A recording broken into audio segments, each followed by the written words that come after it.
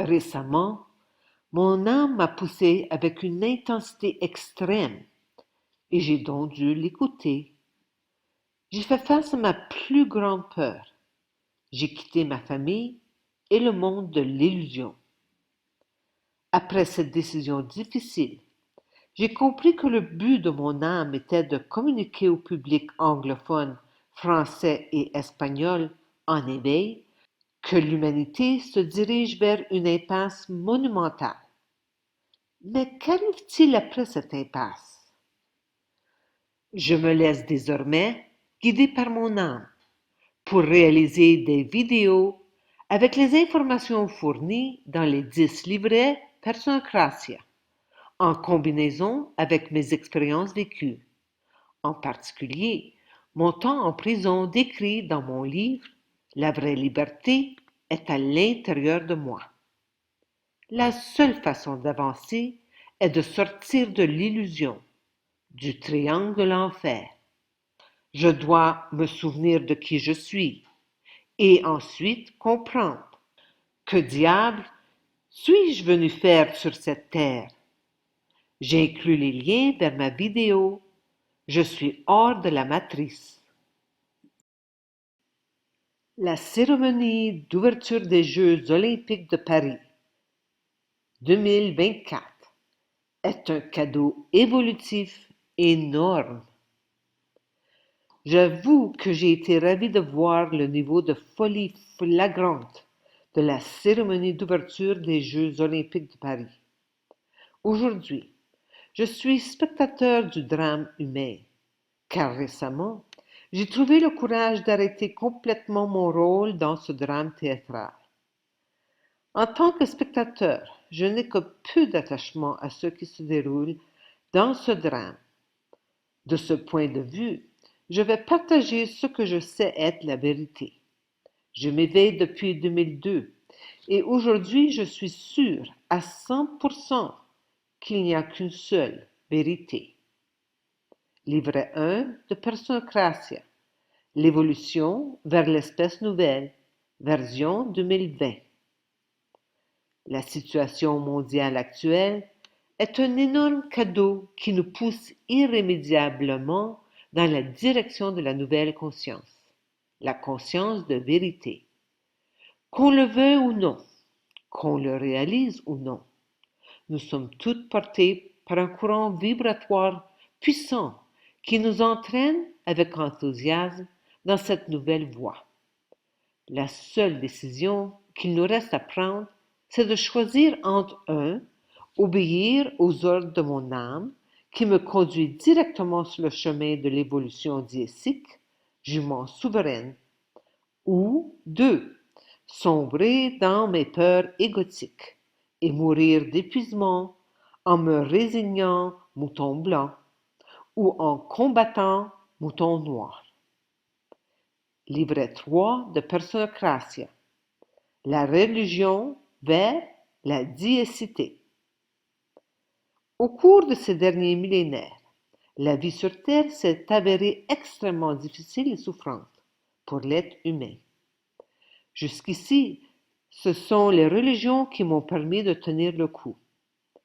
Elles me promettaient toute une après-vie délicieuse et un repos éternel sublime. Les premières religions reposaient sur le culte de la nature, la déesse mère, avec des milliers de dieux et déesses secondaires. Apparurent ensuite des religions plus mentalisées, aux lois complexes et dualistes. Les religions aux faces changeantes ont facilité mon évolution dans le monde de la matière. La conscience de l'humanité s'est élevée lentement. Les vieilles explications d'antan sont devenues périnées. Je n'accepte plus le pacte de souffrir 80 ans contre la promesse d'un paradis hypothétique. J'étouffe dans cette dualité bien mal. Ciel-enfer, récompense-punition, vertu-péché. Aujourd'hui, la conspiration du nouvel ordre mondial, avec la crise environnementale et sociale, qu'elle a créé me force à faire le point. Je m'aperçois que les explications des autorités religieuses m'ont guidé dans un cul-de-sac, où je trouve la raison véritable de mon existence sur Terre, où je meurs dans l'ignorance. Et toute l'espèce avec moi. Je n'accepte plus les réponses mensongères, édulcorées, faciles et infantilisantes que m'offrent la religion et la spiritualité. C'est l'heure de la vérité. Pendant des milliers d'années, l'ego m'a servi de guide. L'âme était trop petite, sa voix trop faible, sous les épaisses couches d'inconscience de la matière. J'avais besoin d'une fausse âme, d'un substitut connu sous le nom d'ego, pour survivre le plus longtemps possible dans cette illusion. Cependant, la mort me rattrapait toujours. Durant cette période, les rosses, religions, ordres, sectes, sociétés secrètes, sciences et spiritualité étaient nécessaires pour gérer ces égos qui utilisent le mental évolué pour suivre à la lettre le vieux programme de survie inscrit dans les 50 milliards de cellules du corps humain. L'ego vit complètement dans un monde d'illusions. Il ne comprend rien de l'univers qui l'entoure. Tant bien que mal, il essaie de gouverner le corps. Les résultats sont souvent désastreux. Un seul regard sincère sur la situation mondiale actuelle suffit à me convaincre qu'elle a atteint un point de non-retour. Tous les fondements de la société s'écroulent. L'humanité se dirige vers une impasse monumentale. L'humanité est en crise évolutive. Cela me ramène au premier commentaire que j'ai fait dans cette vidéo. J'avoue que j'ai été ravie de voir le niveau de folie flagrante de la cérémonie d'ouverture des Jeux olympiques de Paris. Le simple fait est que l'humanité doit vivre un niveau insensé d'absurdité et de souffrance pour s'éveiller. La vidéo officielle de la cérémonie d'ouverture des Jeux de Paris 2024 est supprimée du compte des Jeux olympiques, alors que la réaction des téléspectateurs s'accroît. Bien sûr, il y a encore un très grand nombre de personnes qui nient le fait qu'il s'agissait de la parodie olympique de la scène. Je continue d'être étonné de la capacité du mental humain à entrer en dissonance cognitive. Cette capture d'écran est parfaite et pourtant, l'Apocalypse 6 mentionne les 4 cavaliers de l'Apocalypse. L'un fait référence à un cheval blanc ainsi qu'à un cheval pâle. Je regardais, et voici un cheval pâle est apparu. Au nom de celui qui le montait était la mort. Dans l'Apocalypse 6, on nous parle de la bête qui monte le cheval blanc. Dans l'Apocalypse 13:3, il est dit « Et tout le monde s'émerveilla et suivit la bête. » Et que voyons-nous ici? Cette même silhouette vêtue d'un manteau, chevauchant un cheval blanc. Qui est-ce? Toutes les nations du monde le suivent. L'imagerie pointe vers la bête, ou l'antéchrist du livre de l'Apocalypse. Bien sûr, il y avait beaucoup d'autres images dans la cérémonie d'ouverture des Jeux olympiques, toutes imprégnées de symbolisme et de messages subliminaux. Je viens d'une famille qui a toujours été très centrée sur le sport en général, et bien sûr sur les Jeux olympiques. Ma belle-sœur est une nageuse olympique à 3 reprises en brasse.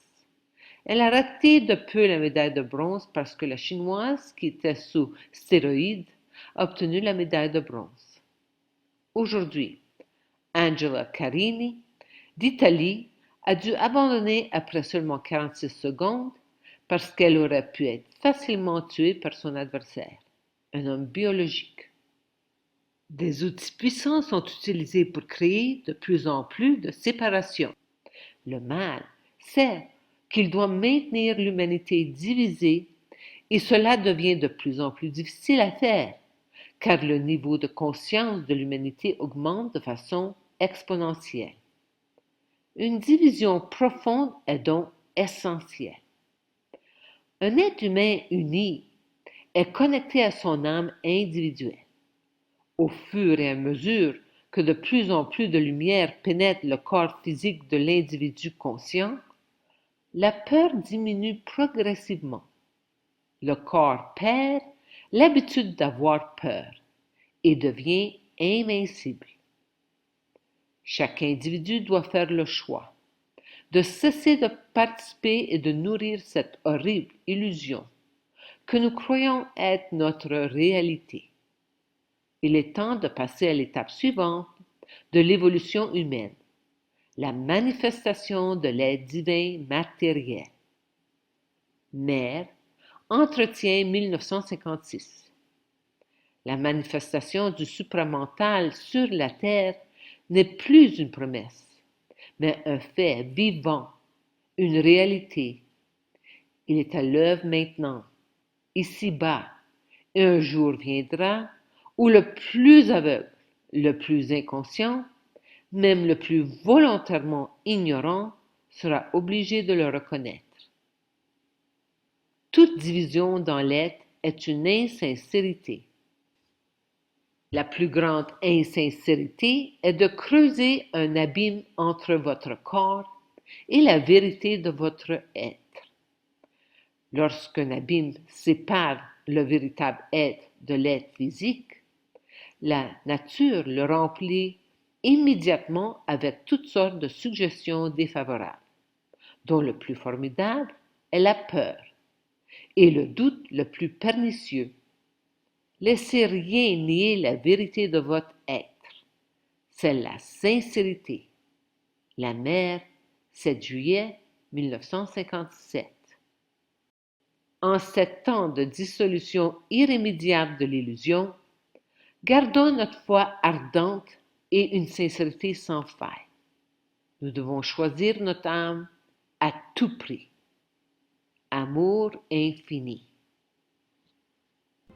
De l'esclavage du millénaire à la souveraineté individuelle. En Orient, au XXe siècle, Sri Aurobindo et la Mère ont découvert et ancré dans l'atmosphère terrestre la conscience de vérité, la conscience supramentale. Une fois bien ancrée, la nouvelle conscience était prête à passer à l'étape suivante, sa vulgarisation et sa propagation. Alors émergea en Occident, au XXIe siècle, Personocratia, le pouvoir de se gouverner de la personne souveraine. Le yoga intégral de Sri Aurobindo va au-delà de la libération individuelle et entreprend une transformation collective sur Terre. Après le décès de Sri Aurobindo, la Mère poursuivit leur travail et le 29 février 1956, la conscience supramentale s'ancrait définitivement sur Terre. Un seul regard sincère sur la situation mondiale actuelle suffit à nous convaincre qu'elle a atteint un point de non-retour. L'humanité se dirige vers une impasse monumentale. Cessons de répéter de vieux modes de fonctionnement inefficaces et souffrants. Le moment est venu de rêver très fort à la prochaine étape. Personocratia poursuit la diffusion de la conscience de vérité en Occident. L'unité substantielle remplace la séparation gourou-disciple. À nous toutes de propager la contagion de l'amour. Je suis hors du jeu. Comme Truman dans le film The Truman Show, je tire ma révérence et je laisse le monde de l'illusion, cette simulation informatique à laquelle j'ai donné l'autorité de gérer ma vie.